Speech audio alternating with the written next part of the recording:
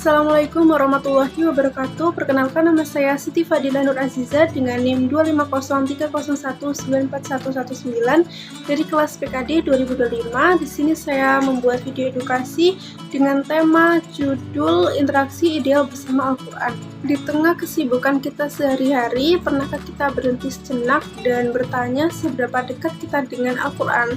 Apakah kita hanya membaca Al-Quran di waktu-waktu tertentu atau sudah menjadikan Al-Quran pedoman dalam hidup kita? Di era digital sekarang, kita mudah mengakses informasi dari gadget. Namun seringkali kita justru semakin jauh dari sumber petunjuk hidup yang sebenarnya, yaitu Al-Quran. Melalui video ini, kita akan belajar dan memahami interaksi ideal dengan Al-Quran, mulai dari keagungannya, memahami tujuan yang diturunkannya, hingga bagaimana kita bisa menerapkan nilai-nilainya dalam kehidupan sehari-hari.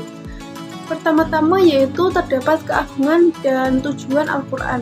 Al-Quran sendiri adalah kitab suci umat Islam yang diturunkan oleh Allah Subhanahu wa Ta'ala kepada Nabi Muhammad SAW melalui perantara malaikat Jibril.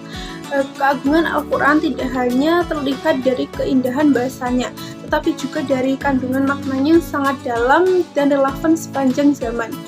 Di dalam Al-Quran terdapat petunjuk hidup yang lengkap, mulai dari bagaimana manusia berhubungan dengan Allah, bagaimana bersikap kepada sesama manusia, hingga bagaimana menjaga keseimbangan dengan alam. Selain itu, Al-Quran juga memuat kisah-kisah umat terdahulu yang penuh dengan pelajaran dan hikmah, sehingga manusia dapat mengambil ibrah dan tidak mengulangi kesalahan yang sama. Keistimewaan lainnya, Al-Quran adalah kitab yang keasliannya terjaga sejak pertama kali diturunkan hingga sekarang. Tidak ada perubahan sedikit pun dalam isi maupun lafadznya. Adapun tujuan diturunkannya Al-Quran yaitu: 1. Sebagai petunjuk hidup agar manusia tidak tersesat. 2. Sebagai pembeda antara benar dan salah, atau bisa disebut dengan furqan. Allah Subhanahu wa Ta'ala berfirman, kitab Al-Quran ini tidak ada keraguan padanya, petunjuk bagi orang-orang yang bertakwa. Dalam Quran Surat Al-Baqarah ayat 2, ayat ini menegaskan bahwa Al-Quran adalah sumber kebenaran yang tidak perlu diragukan serta menjadi pedoman hidup bagi manusia. 3. Sebagai penjelas atas berbagai persoalan kehidupan dan sebagai rahmat bagi seluruh alam. Oleh karena itu, Al-Quran bukan hanya untuk dibaca, tetapi harus dipahami dan dijadikan pedoman dalam kehidupan sehari-hari. Kedua yaitu bentuk interaksi ideal dengan Al-Quran. Lalu, bagaimana bentuk interaksi ideal dengan Al-Quran dalam kehidupan sehari-hari? Pertama, membaca atau tilawah. Membaca Al-Quran dengan tartil, tidak terburu-buru dan memperhatikan tajwid. Membaca dengan penuh kesadaran akan membuat hati menjadi lebih tenang dan damai. Bahkan satu huruf yang dibaca akan bernilai pahala. Kedua, memahami dan merenungkan. Kita tidak cukup hanya membaca, tetapi juga kita perlu memahami arti dari setiap ayat. Dengan memahami maknanya, kita bisa merasakan pesan yang ingin disampaikan oleh Allah kepada kita. Ketiga, menghafal. Menghafal Al-Quran merupakan salah satu bentuk menjadi kemurnian wahyu Allah. Tidak harus banyak. Memulai dari ayat-ayat pendek menjadi langkah awal yang baik untuk menghafal Al-Quran. Keempat, mengamalkan atau amal. Ini adalah puncak dari interaksi dengan Al-Quran. Apa yang kita baca dan pahami harus tercermin dalam sikap dan perilaku kita sehari-hari. Misalnya ketika Al-Quran mengajarkan kejujuran, maka kita berusaha untuk selalu jujur. Ketika mengajarkan kesabaran, maka kita belajar untuk tidak mudah marah. Jadi interaksi yang ideal bukan hanya sekedar membaca, tetapi juga memahami, meresapi, dan mengamalkan.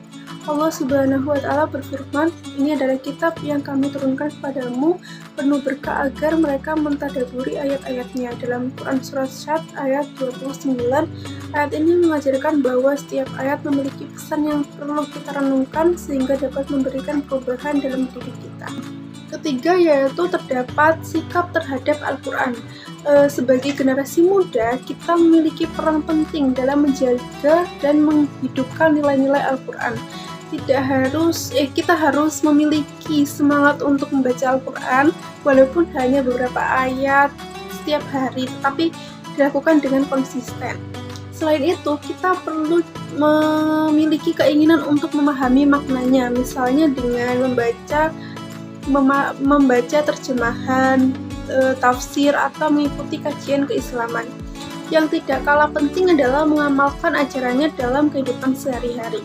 Contoh sederhana yang bisa kita lakukan antara lain bersikap jujur dalam perkataan dan perbuatan, menghormati orang tua dan guru, menjaga lisan dari perkataan yang menyakiti, serta menghormati antar teman atau menghargai sesama teman. Dengan sikap seperti ini, Al-Quran tidak hanya kita baca, tetapi benar-benar hidup dalam diri kita. Allah Subhanahu wa Ta'ala berfirman, "Bacalah dengan nama Tuhanmu yang menciptakan," dalam Quran surat Al-Alaq ayat 1.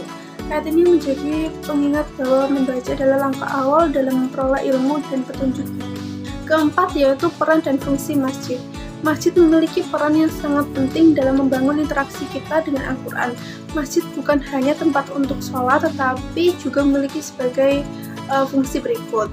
1. Sebagai pusat ibadah dan pembinaan keimanan. 2. Sebagai tempat belajar dan memahami Al-Quran. 3. Sebagai pusat kegiatan umat Islam, yaitu mengaji, sholat, dan lain-lain. Dan sebagai tempat untuk mempererat tali persaudaraan.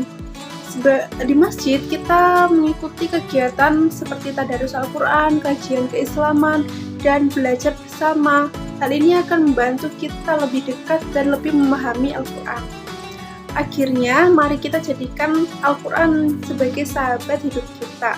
Bukan hanya dibaca, tetapi dipahami, direnungkan, dan diamalkan dalam kehidupan sehari-hari.